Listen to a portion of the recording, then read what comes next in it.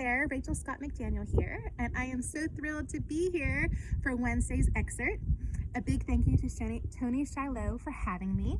Today I'm reading from my latest release, The Red Canary. I'm starting from about a quarter of the way in to set the stage just a little bit.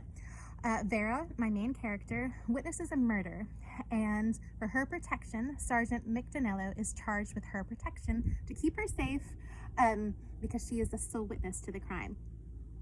This scene takes place on the travels over from Pittsburgh to the shelter. Mick has to stop to make a phone call because there's no phone at the cabin, and he stops at a motel, and Vera kind of gets the wrong assumption. So this scene starts from Mick's point of view. The tires crunched over the gravel terrain, and Mick slowed to a stop. Darkness overwhelmed the sky, trapping the moon behind ebony clouds. Miss Pembroke stirred from slumber. A piece of him wanted her to remain asleep, not only for the peaceful quiet he'd enjoyed this past hour, but for her sake. After the emotional exhaustion she'd experienced today, she needed rest. "Where are we?" She yawned and extended her limbs, stretching. The poorly lit sign flickered, capturing her gaze. Pigeon Loft Motel? Her arms locked in midair. No dice. She seized her handbag, posing to swing. "My safest bet, huh? A run-down, sleazy motel? Let me tell you." He pushed his back against the door, using his hands to block her swipe. "It's not what you think. I need to make a phone call." "Too bad, Sarge. This dame goes for hipsters, not overgrown Boy Scouts." Another swing. This time, his fingers caught hold of the strap. He pulled the bag from her clutch. "Give that back." She lunged toward him, and he grabbed her shoulders, pinning her arms to her sides. She stiffened under his touch, sucking in a quick breath. Had he hurt her? The thought of leaving a bruise on her tender skin twisted his stomach. He loosened his grip. She tipped her chin, placing only inches between their faces, her heavy breathing pulsing against his neck. "Let me go." The darkness prevented him from reading her expressive eyes. "Are you going to attack me again?" If someone would happen upon them, they'd appear like a couple, cozying up, positioning for some good kissing. The situation poked him as strangely humorous. "Are you laughing?" The disdain in her voice pinched his mouth shut. "Does the captain know of your intentions? How about your wife?" He released her, and she skittered back to her side of the bench. "I'm not married, and don't worry, there's no fear of getting pawed." She snorted. "I've been around dogs long enough to know what kind of meat they like." "No, kiddo, you've been around wolves." He reached under the seat and grabbed the flashlight. When he flicked it on, the car's cabin lit enough to show the scowl cemented on her face. "Better to be around a wolf than a liar." Her bristly response nicked his defenses. "Liar? How so?" "You told me your name was Mick." She folded her arms with a defiant tilt of the chin. "I heard the captain call you Ace." "That's my nickname." "A poker player?"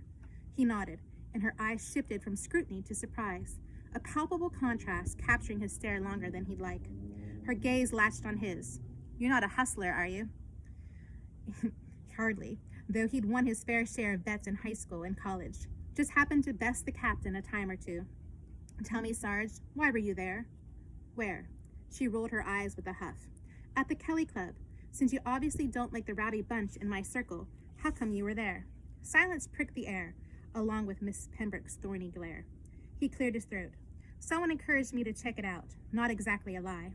Headquarters had received an anonymous tip implying the possibility of activity worse than rum running, one that could attract the state's attention, which seemed the only way to access justice lately.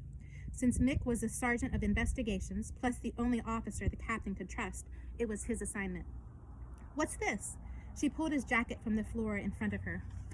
"It's mine." "I'm not stupid." She sliced yet another scornful look. He should keep a tally of how many scowls she could launch his way in the course of one conversation. But then, he'd been known for his severe expression, so it might prove even. She held up the jacket. "What was it doing at my feet?" "You looked cold and scared. I thought you could use it." He shoved past her current defiant expression and replaced it with the image of her while she'd slept, the soft whimpers escaping her pouty lips and the shivers overtaking her frame. "Here," she tossed it at him. "I'm perfectly fine." "You're welcome." He folded and laid the jacket on the bench between them. She curled against her door and rested her head on her bent elbow.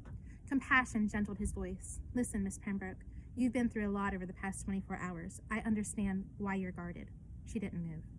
"I just need to call the captain and let him know we're almost there." and call his family, informing them he wouldn't be at the dinner table tomorrow.